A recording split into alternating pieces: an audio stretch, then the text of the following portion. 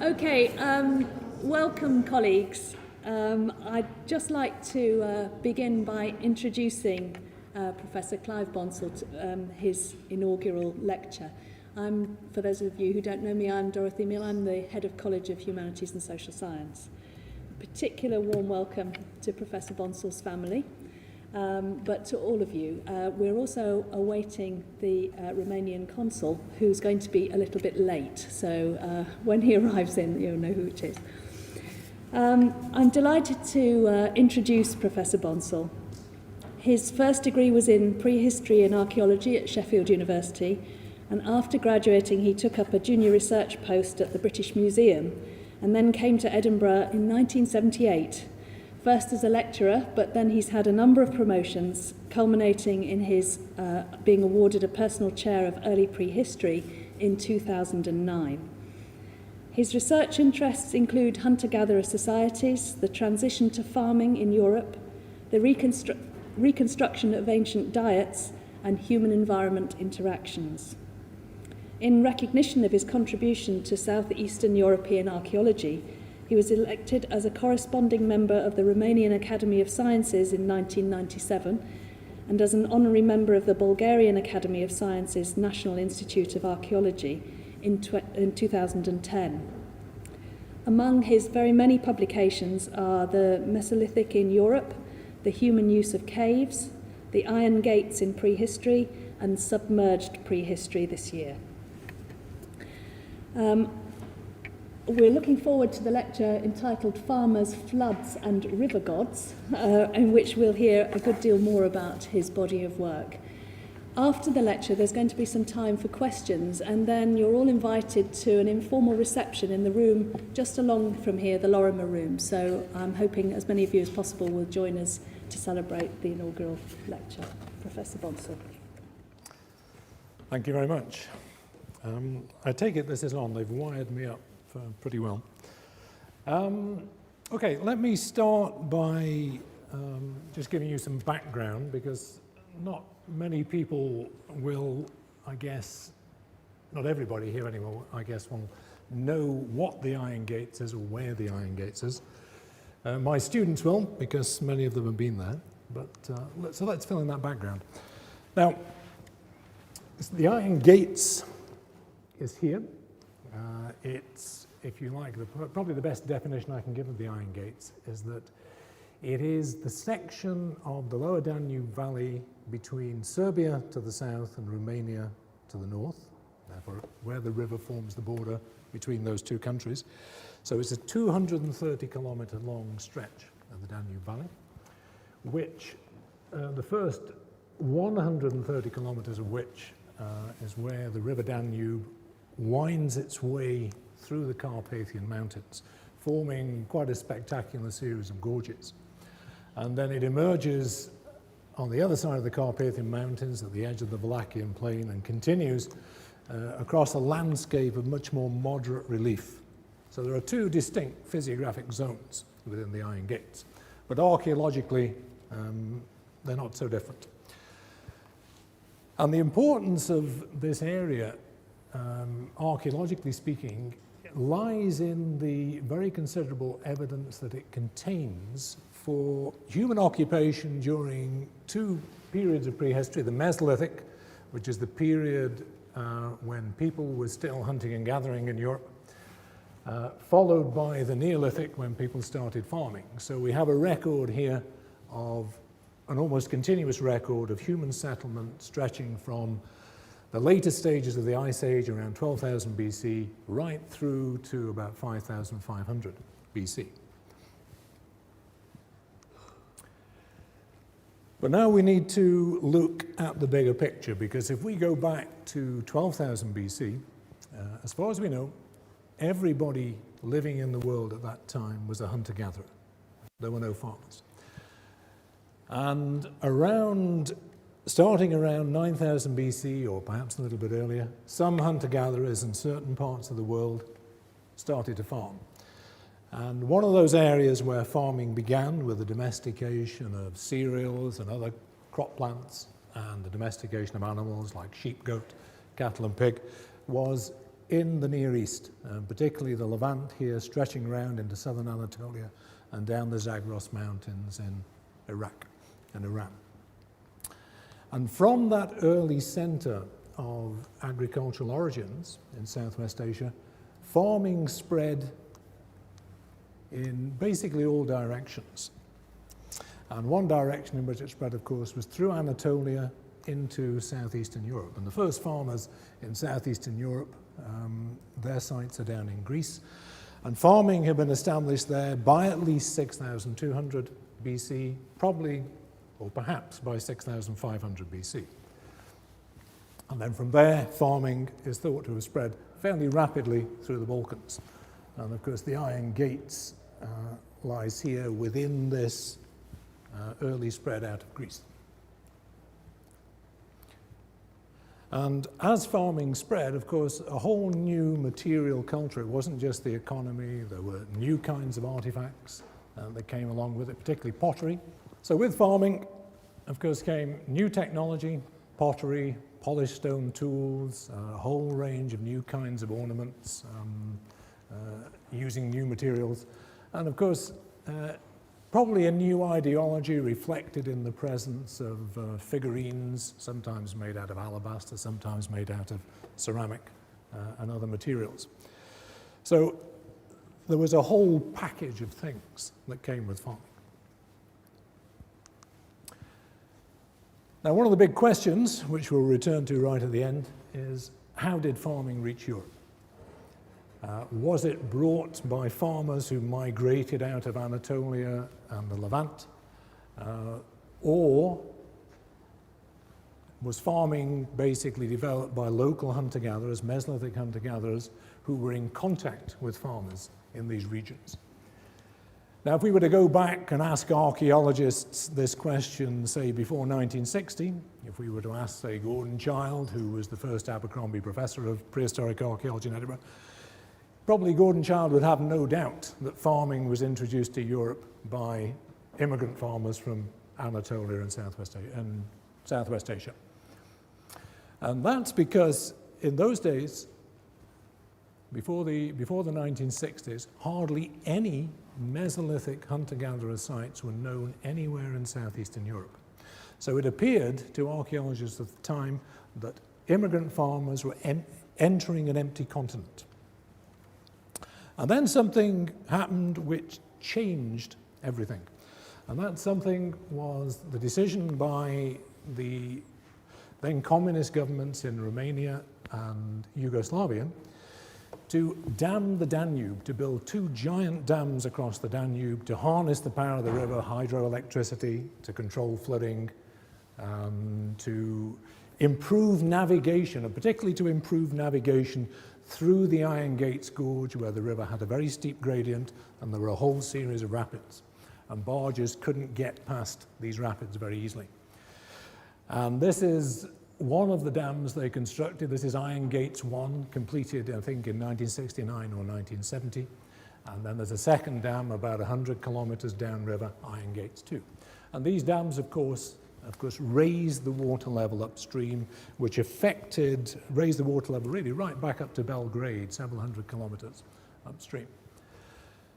Now, a lot of communist governments in Eastern Europe had a lot of bad press, but one of the good things they did in advance of dam construction on the Danube is that they realized that this was an area that was very rich in archaeology. And the archaeology that they knew about in the 1960s was the Roman archaeology and the medieval archaeology. Because the Danube, as well as being a major communication route and transport route, was also strategically very important. It was strategically important for the Romans. This was effectively the frontier of the Roman Empire in various places.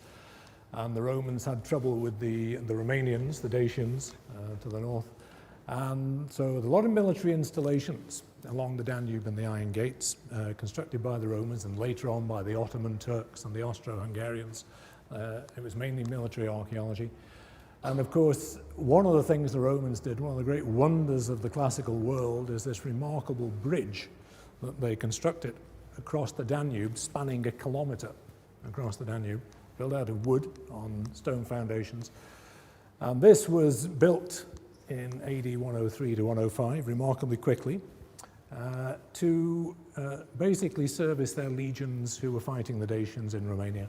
And of course, their victory, ultimate victory over the Dacians, of course, is commemorated in Trajan's Column in Rome, and where you see the bridge over the Danube, and you see it on Roman coins of the time.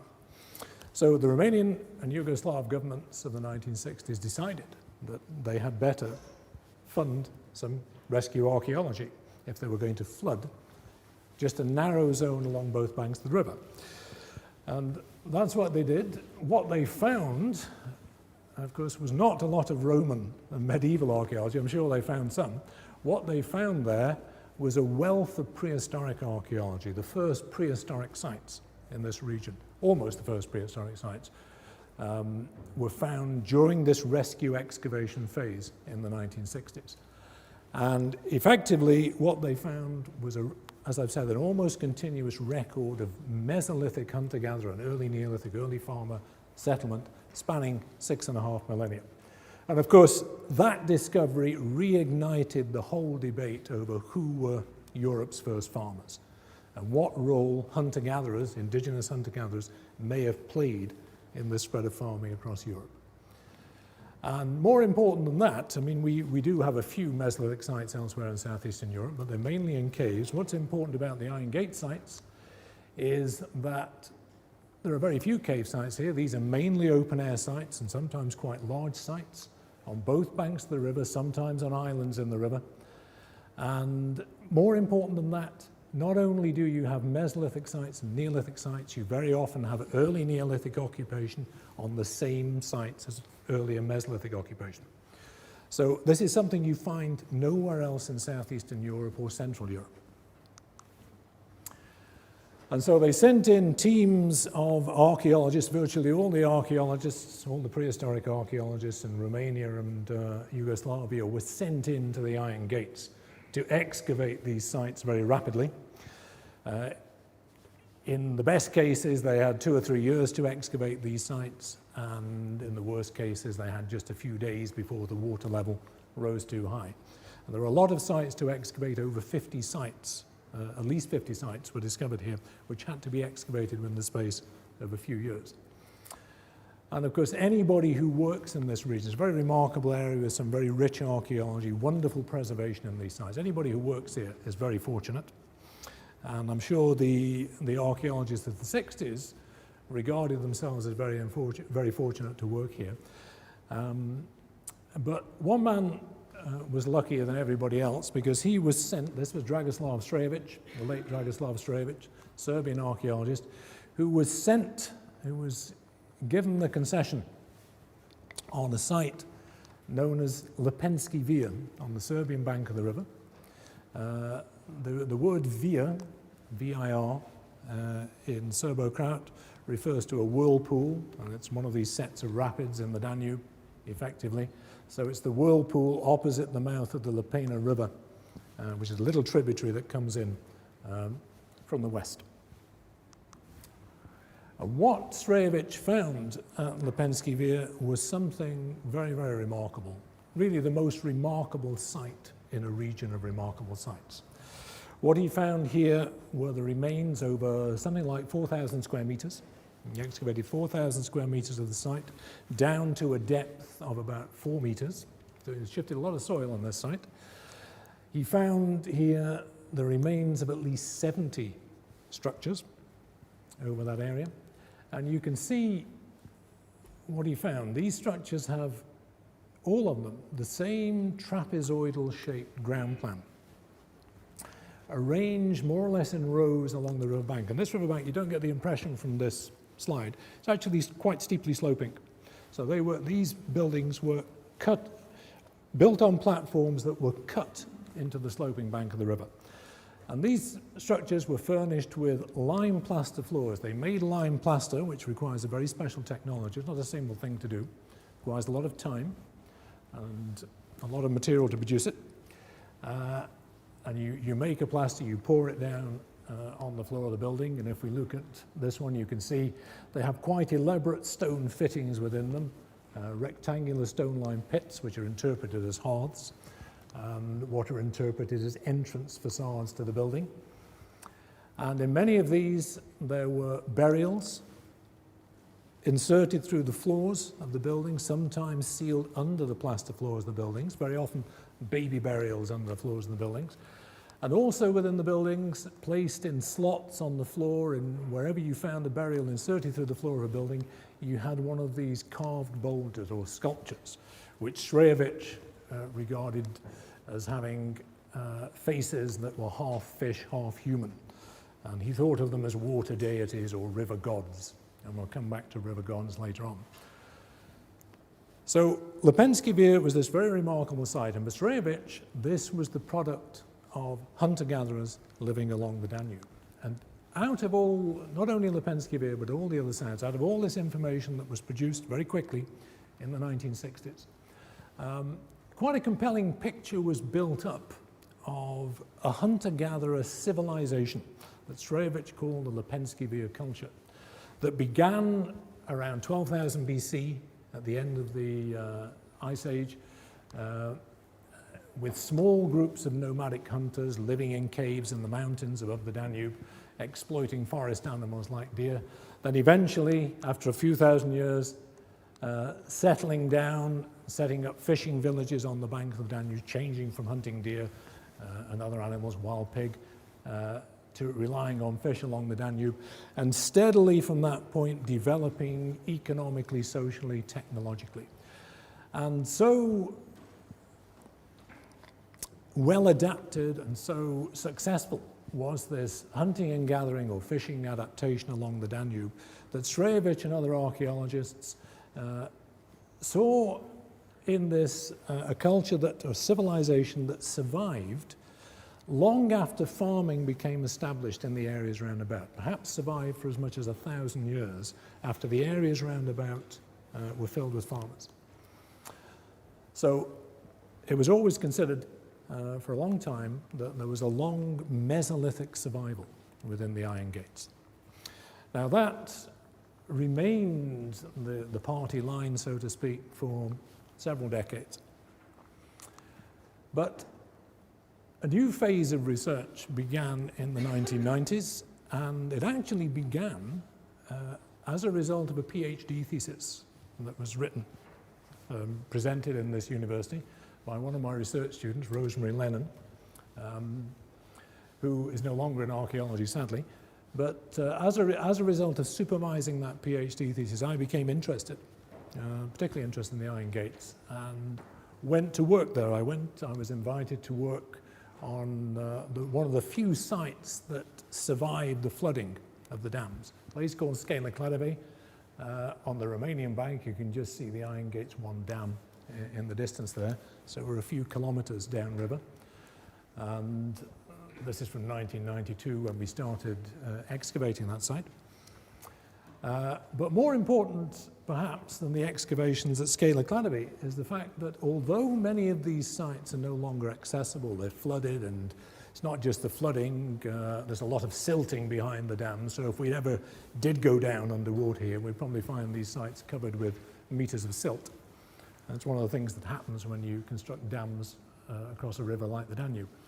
But of course, the archaeological collections from these sites, or most of them, survive in museums and are available for study. And of course, we have better techniques available to us these days than they had in the 1960s. We have a new method of radiocarbon dating. We have all kinds of techniques. We can extract DNA from human bone, which they couldn't do in the 1960s. So they're an amazing repository of untapped information, if you like. So the research that began, or the new research that began in the 1990s, was sparked off, and which we're still very much involved in Edinburgh, continues to this day, and continues at an accelerating pace.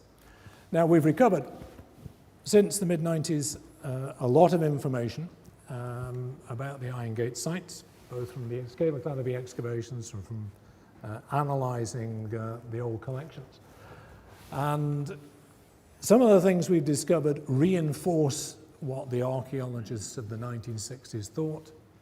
Other things, of course, contradict what the archaeologists of the 1960s thought. So the things that we found where we can confirm, or we think we can confirm, what Sreyevich and others thought, is that the people who lived in these, the Mesolithic people who lived in these sites on the banks of the Danube did construct very simple houses there. And I'm not really referring to the Lepenski Beer ones, because we find true houses, not with plaster floors, much simpler houses with no internal walls and very few fittings. And this basic trapezoidal house form starts off before those structures we see at Lepenski Beer, certainly by 7000 BC or maybe 7500.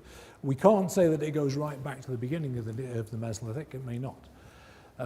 We've also confirmed that people buried their dead in cemeteries, which is an indication that we're living on these sites more or less throughout the year, and that they practiced excarnation. They exposed the corpse after someone died, very often, until the flesh rotted away. Then they gathered up some of the bones and either buried those bones together on their own or placed them in a grave with an intact corpse.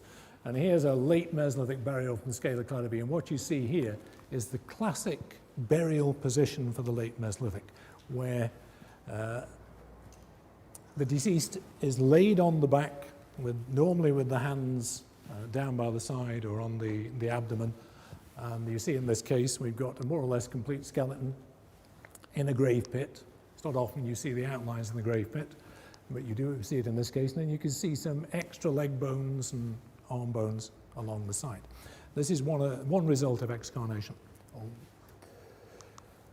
But other things have changed.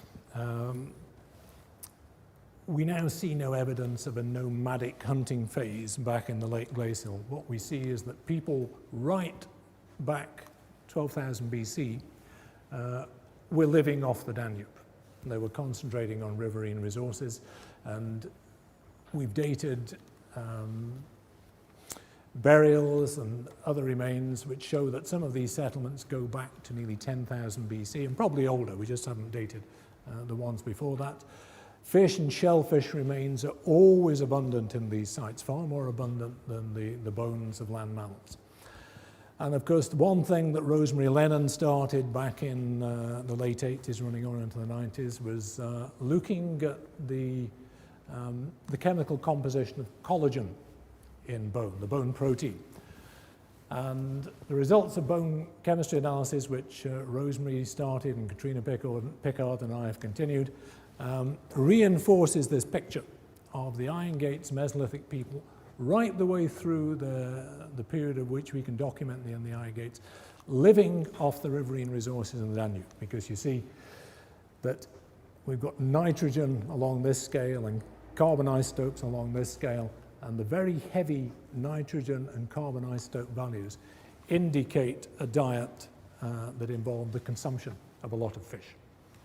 We'll come back to these people here later because they're rather special. But we compare those, the Mesolithic people, with the first Neolithic farming people in this region, whose diets included a lot less fish. They were still eating fish, but they were eating much more terrestrial food, which was presumably farm produce. And you see a very sharp contrast between Mesolithic and Neolithic diets here.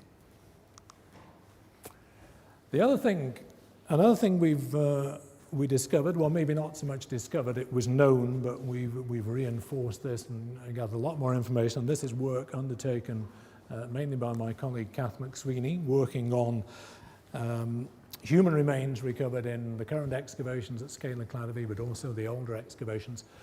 And what we've discovered, or what she has discovered, is that many of the people who are buried at Scala Cladoby died violently. Lots of fractures of skulls, lots of fractures of the forearm, called parry fractures because you put your arm up to parry the blow. And also, as you can see in this slide, many instances of people who were shot with arrows, bone-tipped arrows. And here's a bone arrowhead sticking into part of the pelvis of an individual. And you can just pick out here a hole which marks the trajectory of a second arrow into the same pelvis. And in the X-ray photograph, you can see that. This particular individual, in fact, had 5 such injuries. Now, you could, I suppose, if you just find one embedded arrowhead, pass it off as a hunting accident, but 5 such injuries would be remarkably unlucky, I think. So clearly we're dealing with violence here, but are we dealing with endemic violence in the Iron Gates Mesolithic? Probably not, because Scalar Cladoby is almost unique in this respect. There are 1 or 2 other sites in the Iron Gates where you get 1 or 2 instances of bone arrowheads embedded in human bones. But you don't get the impression that this was something that was endemic throughout the region. Very probably, on the basis of our radiocarbon dates, we could probably assume that this was either a single event, a single raid on this settlement, or closely spaced series of events. But the reason I show this is because it led on to quite an important discovery of much wider significance for archaeology. And that is when we came to date what we had here, one of the things we did was to date the human bones, but also the bone arrowheads. And the bone arrowheads are made from the bones of terrestrial animals, animals that live off terrestrial vegetation, like deer or wild cattle. And consistently what we found was that the human bones gave us radiocarbon ages that were hundreds of years older than the ages of the animal bones that were embedded in them. So there's no question here that the animal bone and the human bone are absolutely contemporaneous, but the radiocarbon dates are 450 years apart. And that's down to the fish-based diet. I mean, we knew this already from marine situations, that if people live largely on marine food, it results in radiocarbon dates from their bones that are too old. We demonstrated in the Iron Gates that the same thing happens in big rivers and probably in big lakes. There is what is called a reservoir effect. Now, that's a problem for archaeologists worldwide, because it means that human bones are a very important source of radiocarbon dates for archaeology. If they want to date burial practices, they've got to date human bones. The problem is, if you're going to get a reservoir effect in the human bones, you're not getting a reliable chronology. Although we can correct for this to some extent, or we think we can correct for this to some extent, this is work done with Gordon Cook at SUARC at East Kilbride, using the nitrogen isotope value from the bones. We can't be confident that we're still getting very accurate dates. We're getting something that's a bit more accurate, but we can't be confident it's absolutely accurate. So what is the answer to this? Well, the solution to this may be to break down the collagen in the bone into its constituent amino acids. And because the individual amino acids possibly come from different parts of the diet. So we've got something like proline, which probably comes from fish, and alanine, which probably comes from terrestrial food. So if you can pick out the alanine and date that, you may be getting something closer to the real age of your burial. And this is a test that was done by Robert Hedges at Oxford on Scalar Cladoby bones. So you've got the date on the bulk collagen, it's not this particular example, and you've got the dates on individual amino acids, and you can see how the date for alanine is several hundred years younger than the bulk collagen date. So, and the NERC was sufficiently interested in this approach and the attempt, or the suggestion that this might be developed as a routine method for dating human bone, that they're actually funding a new project now, based in Oxford, but in which I'm involved, to try and develop this technique for dating human bone. Now, I put this slide on the screen just to emphasize the point that the Danube is a very big river and has some amazing fish resources. Now, what we're looking at here are commercial fisheries in the 20th century, but before the river was dammed. And you can see the quantity, this is the catch probably from one day in one particular part of the river. And there are also not only many fish in the Danube that you can catch regularly, there are some very big fish in the Danube. This is a sturgeon. Sturgeon live in the Black Sea, or most of their lives in the Black Sea, and they migrate up the Danube to spawn, and they go right up into the Carpathian Basin. And there's an upriver migration and a downriver migration, and you can imagine this was very important for people. But the Danube is not a constant source of plenty. The fish are easy to catch at certain times of year. They're easy to catch from spring through to autumn. They're not easy to catch in the winter. Fish don't feed so well in the winter. They often go right down to the bottom, particularly carp and catfish. So how did people get by over the winter? Well, one possibility is that they had systems of food storage. They have dried fish. It wouldn't be very easy to dry the kinds of fish we find in the Danube because they're quite oily. And we don't find, or the archaeologists of the 1960s didn't find any facilities on the sites, any remains of what might be interpreted as storage facilities. But one thing we do know that they did was they practiced a form of indirect storage. They kept dogs. It was their only domestic animal in the Mesolithic, and they kept a lot of dogs. Many more dogs than you'd ever want as pets, many more dogs that you'd ever want to guard your site. And there are a couple of sites higher up on the Serbian bank where 20% of all the animal bones are dog bones. And they show signs of butchery and breakage, just the same as deer bones and cattle bones. And I think it's obvious that what they were doing here, they were keeping dogs, and they were feeding their dogs on leftover scraps of food, particularly fish, because that's what they were getting out of the Danube. And then they were eating the dogs. So in a sense, and I think there's no doubt about that, they're eating dogs. It's not unusual. It's gone on in many cultures in many parts of the world. And interestingly, their dogs in the Mesolithic were bigger than the dogs the farmers who came after them kept. So in a sense, Mesolithic people had domestic animals. They had a dog, their only domestic animal. So in one sense, they were behaving like the farmers who came after them. So farming probably wasn't new to hunter-gatherers, or the notion of farming wasn't new to hunter-gatherers. Now that brings me to the question of, okay, what happens when farming gets to the Danube?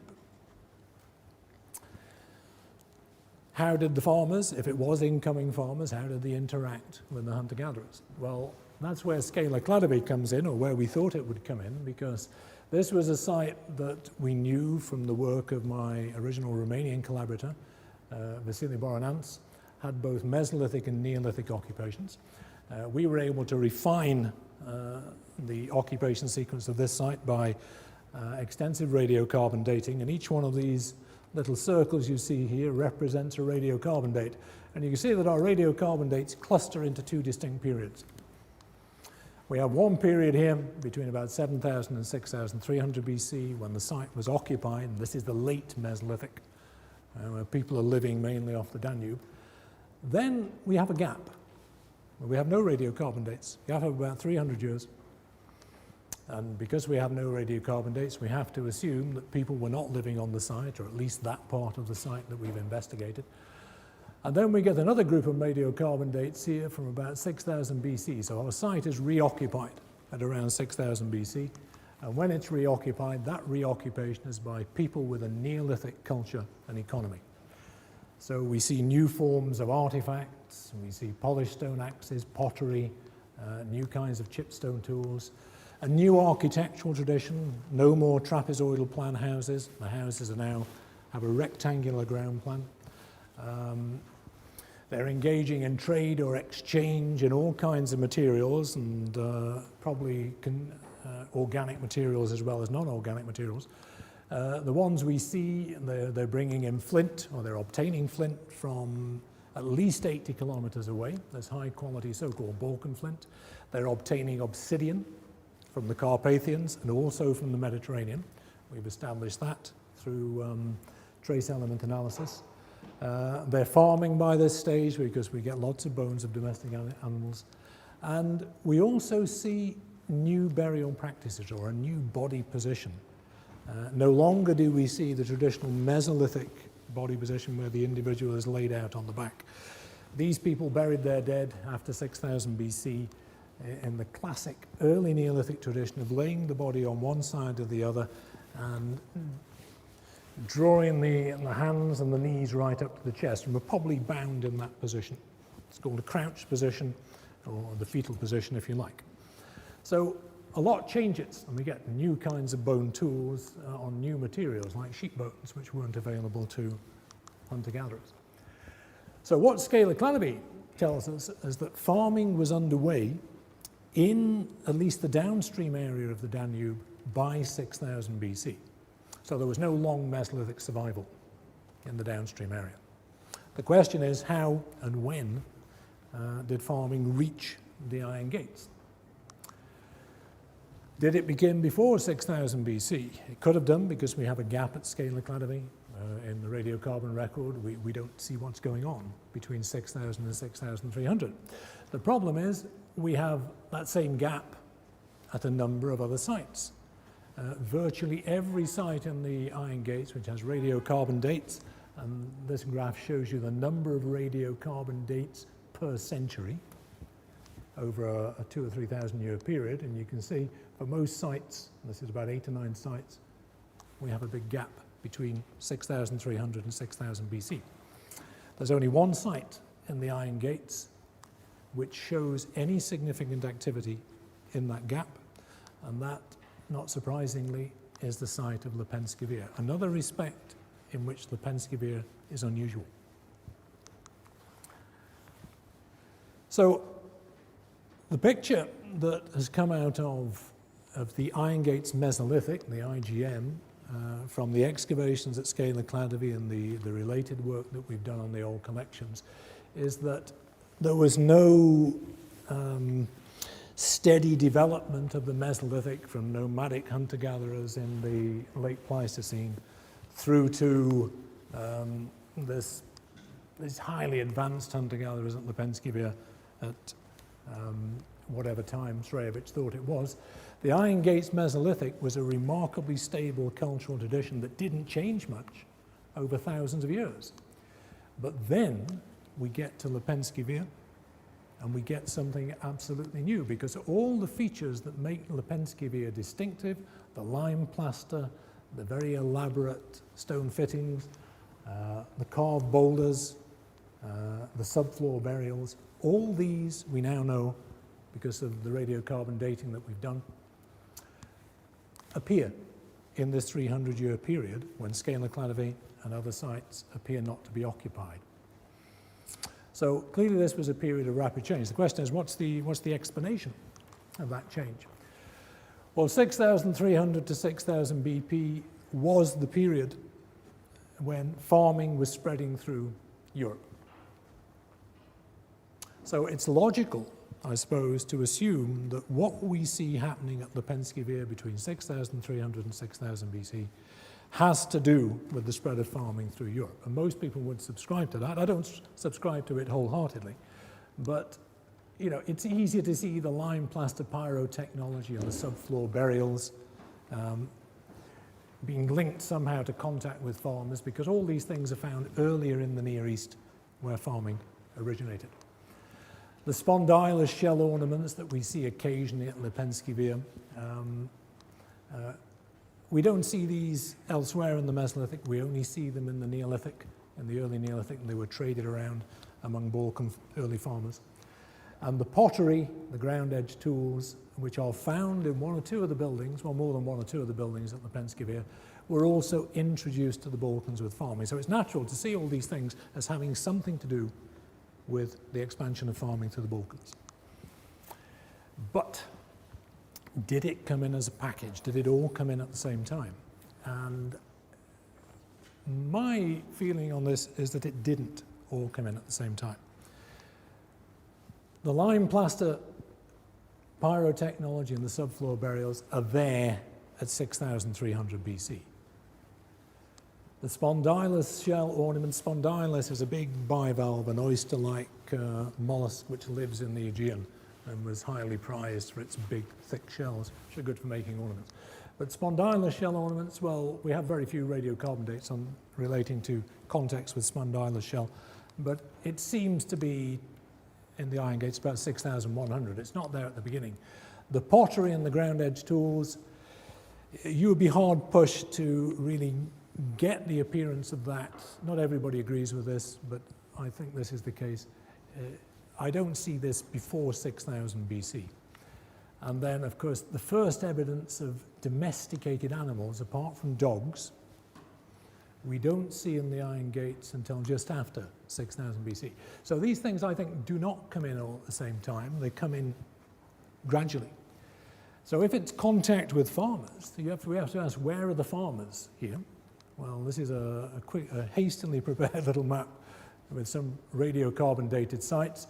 And these sites, represented by the solid red dots, are definitely older than 6200 BC. Some of them may be several hundred years older than that.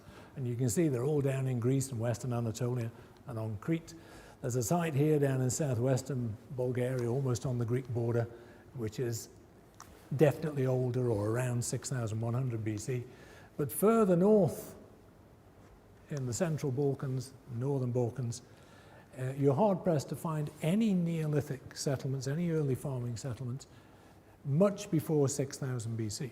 So if what we see at Lepenski Vir from 6300 is contact with farmers, and it may well be a lot of it, then some of those contacts start off being long-distance contacts over hundreds of kilometers, which is not impossible, because we see the same thing going on in the Mesolithic.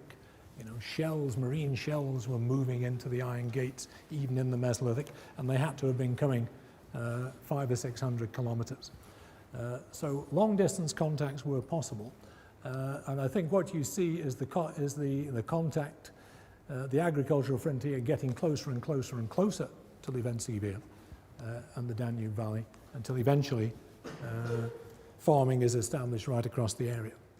So we begin to get a picture of the way in which the transition from Mesolithic to Neolithic is happening in the Iron Gates. Now, stable isotope analysis of human bone collagen shows us something interesting at around this time. We come to this blue box here. Now, most of the people buried at Lepenski Vir in the period between 6300 and 6000 BC had very strongly aquatic diets, had very heavy nitrogen and carbon isotope values, so they were eating a lot of fish, more so than earlier in the Mesolithic. Yet, all these people were buried in, those that are buried in this way anyway, were buried in the traditional Mesolithic fashion. And everybody buried at Lepenski Vir after 6000 BC has a much more terrestrial-looking diet. And these are the farmers, and these are the final Mesolithic hunter-gatherers. But what's interesting here is, out of all the people whose bones we've analysed, all the skeletons we've analysed, there were 3 individuals that we found who were buried in the Mesolithic fashion and belonged to this phase, who had Neolithic-type diets.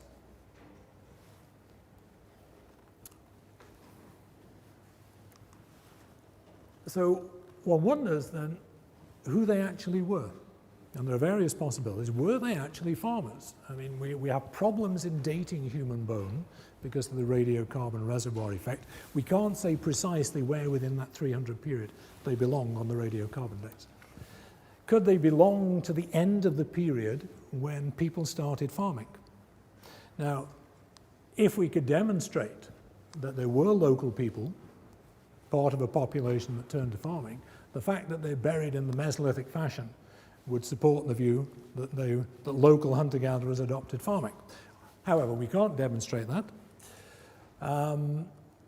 We may be in a situation, again, as the agricultural frontier gets closer and closer to the Danube, where the people along the Danube start to trade actively with the farmers and exchange fish for farm produce, but you'd have to exchange a lot of fish to end up with stable isotope values like that. You'd almost be eating a farmer diet.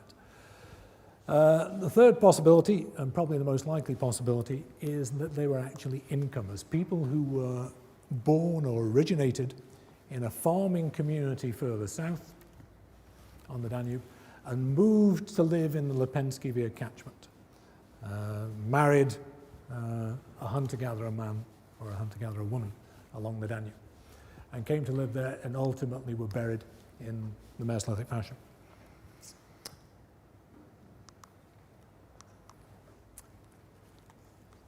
Now, whether they were foragers who became farmers, whether they were people who traded extensively with farmers, or whether they were actually incomers, doesn't really matter in one sense, because the implication of all those things is that they are late in the sequence of Mesolithic burials. But can we demonstrate it? We can't really demonstrate it, as I've said, by radiocarbon date, because our radiocarbon dates, for reasons I've explained, are not that precise. But this is where you fall back on standard archaeological evidence. This is forensic archaeology, and something we teach in Edinburgh as part of our master's courses. And one of the most important things archaeologists can do is obviously to record their excavations properly. And the most valuable records are sometimes the photographic record. And these are two photographs of one particular structure at the Pennskyvere, taken at different stages of excavation. This is the final stage of excavation. This is an earlier stage of excavation. Now, basically, it's one of these trapezoidal houses. The arrow marks the rear of the house, the narrow end of the house, the upslope end away from the river, and so you can see that they're turned in that way. Now, all these skeletons, all these human remains here are very similar radiocarbon ages. We can't really separate them time-wise on the basis of radiocarbon dating. But if you make one fundamental assumption, which is that these people were not buried in grave pits, but were actually laid on the ground and covered over. Now, if somebody wants to ask me why I think that, I will explain afterwards. I haven't really got time to do it now. If we make that fundamental assumption, then you can work out the order in which these people were buried. So what we've got here is a skeleton sitting up on a soil pedestal. So that individual, if we accept that they were laid on the ground, was laid on the ground after a whole load of soil washed down the slope and covered this site. Now, that may have happened in the space of a few years, or 10 or 20 years, I don't know. But this individual is actually laid on the original floor of the building. So this individual was probably put there before this individual, and note the absence of the skull. Skull removal was a very common thing in the Iron Gates, part of this excarnation process. And then around this individual are placed the disarticulated remains of another individual, or possibly several individuals. So the order in which these people died is the individual or individuals represented by the disarticulated bones was the first individual to die. Our complete articulated skeleton here, 54E, was the next person to die. And our headless individual here was the last person in this sequence to die. So that's the sequence that we've got here, if we accept my basic assumption. Now, what the stable isotopes tell us is that the first individual to die had the bog standard Mesolithic aquatic diet, whereas the two later individuals had the Neolithic diet. So at least in this one case, we can say that the final Mesolithic aquatic diet people are older than the people with the Neolithic diet. So whatever theory that supports, and the ones I offered you, it's an interesting piece of evidence. Now, not everything we see at the Pennskyvere between 6,300 and 6,000 BC can, I think, be interpreted in terms of contact with farmers. Not all these changes that we see. And the one thing that can't easily be interpreted in terms of contact with farmers are these sculptures. Early farmers elsewhere in the Balkans or Anatolia, wherever, did not produce things like this. This is something unique to the Iron Gates. And what you have here is probably a symbolic representation of a sturgeon. I've twisted this photograph around. You've got the downturned mouth, the eyes, and along the body of a sturgeon, you get these bony plates called scutes, and you can quite clearly see them represented on this boulder. This thing is about 60 centimeters high, by the way. There's no scale on it. Now, Srebic Lubensky Beer is so unusual. No other site has things like this. No other site has plaster floor buildings. And Lubensky Beer is also very unusual in terms of its location. It's sited directly across the river on the Serbian side, opposite this very distinctive trapezoidal-shaped mountain. On the Romanian bank, a mountain which has a Serbian name, Treskovac. Doesn't mean anything, I don't think. But it's not hard to imagine that Treskovac was the inspiration for the trapezoidal shape, the trapezoidal ground plan of not only the Lubensky Beer buildings, but all the trapezoidal buildings we find in the Iron Gates, right down as far as Scaly Cladeby. And so for Srejovic and for many other archaeologists, I think I would subscribe to this, Lubensky Beer is not an ordinary settlement. It may not have been a settlement at all. It is a very special site, some kind of religious centre, a centre for burial and religious activity, a sacred site, if you like. And Srejovic believed that these carved boulders, some of which have quite a frightening aspect, were apotropaic. They were intended to protect, to ward off something. And because they're nearly always placed in these buildings, they are always placed in these buildings, next to burials. They were there to protect whoever was buried there. But what were they protecting against? Now, there is a view that they were protecting against the encroaching farmers.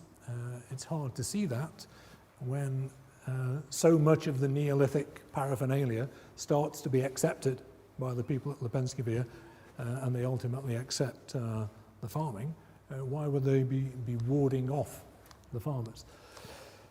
I think what you're seeing here, that what they're protecting against is something quite different. And what they're protecting against, I think, is that the appearance of these sculptures and all the other features unique features we see at Lubensky Beer coincides with a distinct climatic event during the last 10,000 years.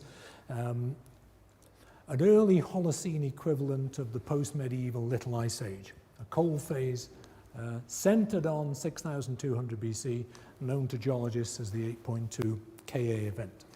And the 8.2 K event was a period when across the North Atlantic, annual average temperatures dropped by 2, 3, 4 degrees centigrade, and climatic patterns got disrupted for several hundred years. It's thought to have been caused by the final collapse of the Laurentide ice sheet over North America, as that the Laurentide ice sheet eventually forms almost a sort of ring around Hudson's Bay, and behind it is thought to have been a big meltwater lake full of a lot of fresh cold water, bigger than the Caspian Sea, so the biggest freshwater lake known in recent geological history anyway. And eventually the ice melt through subglacial channels in this ice. All this water rapidly drains out in Hudson's Bay and into the North Atlantic. And that's supposed to have happened starting about 8,400 years ago, but peaking around 8,200 years ago. And when all this cold, fresh water gets into the North Atlantic, disrupts the thermohaline circulation and disrupts weather patterns, leading to a Little Ice Age event.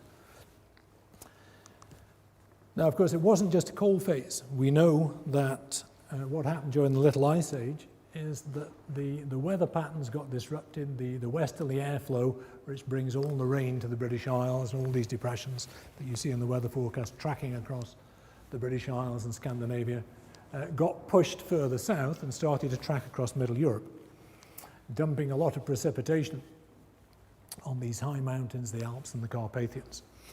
Now, we know from work done in, geological work done in river valleys in France and Germany, that this was a period of more frequent big floods. Was it also a period of more frequent big floods along the Danube? Now, it wouldn't take a particularly big flood, 3-4 meters, to overtop the riverbank at Scaly Cladeby.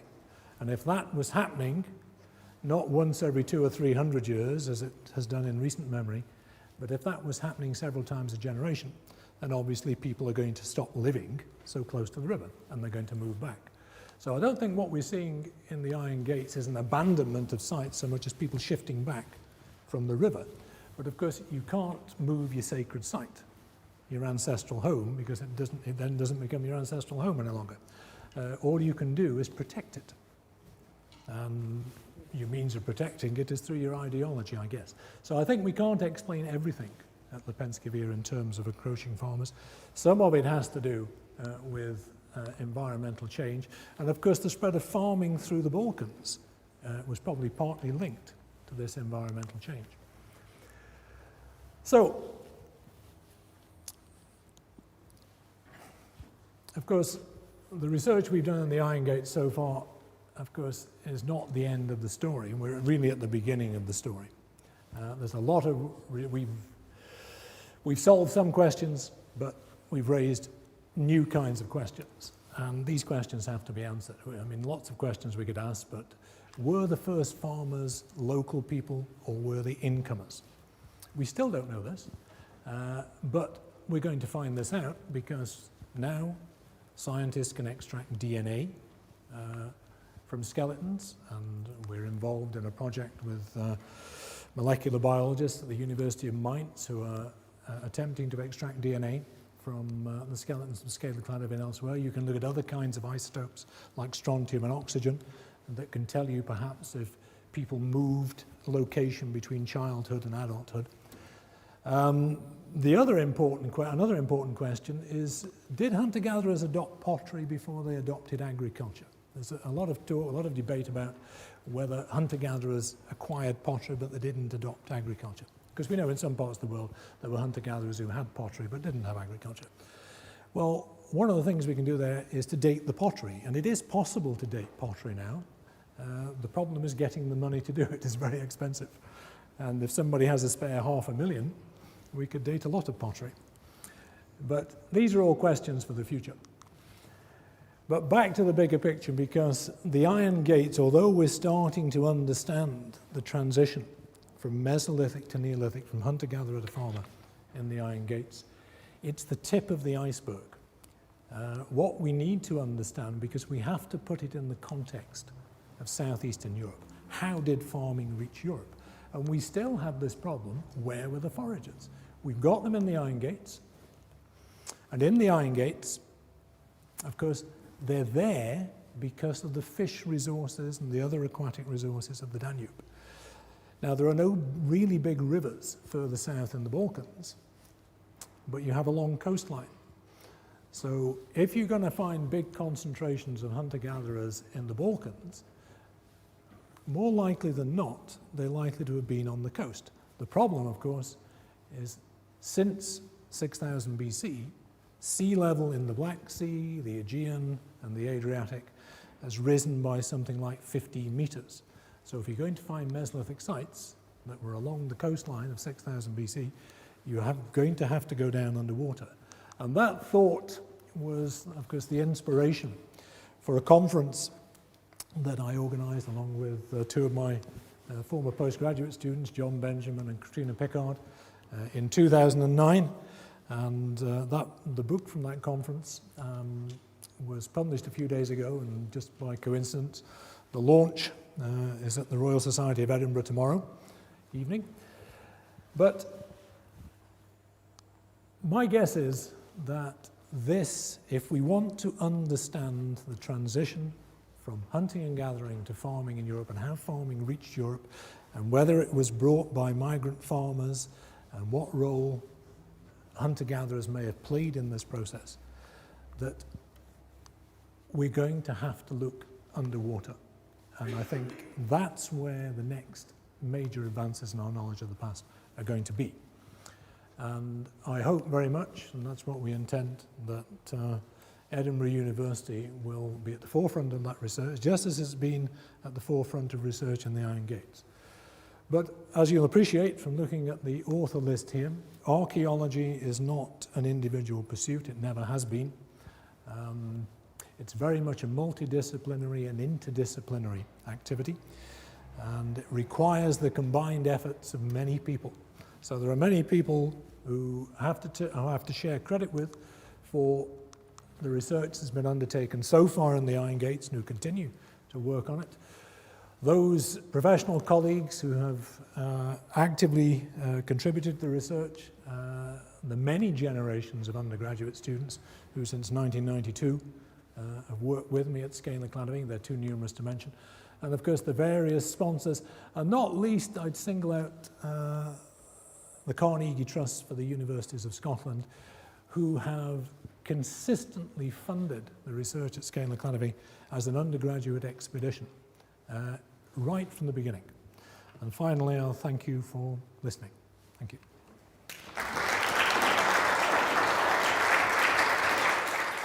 Thank you, Professor Bonsall, very much for that lecture. It was hugely interesting and revealing about the links between people's movements, large climate change events, and migration of people, or working out how the migration of people worked. As I said before, we've got a reception in the Lorimer room just next door. You just have to turn to the right out of the building, and you're all very welcome to come along. Thank you very much. Thank you.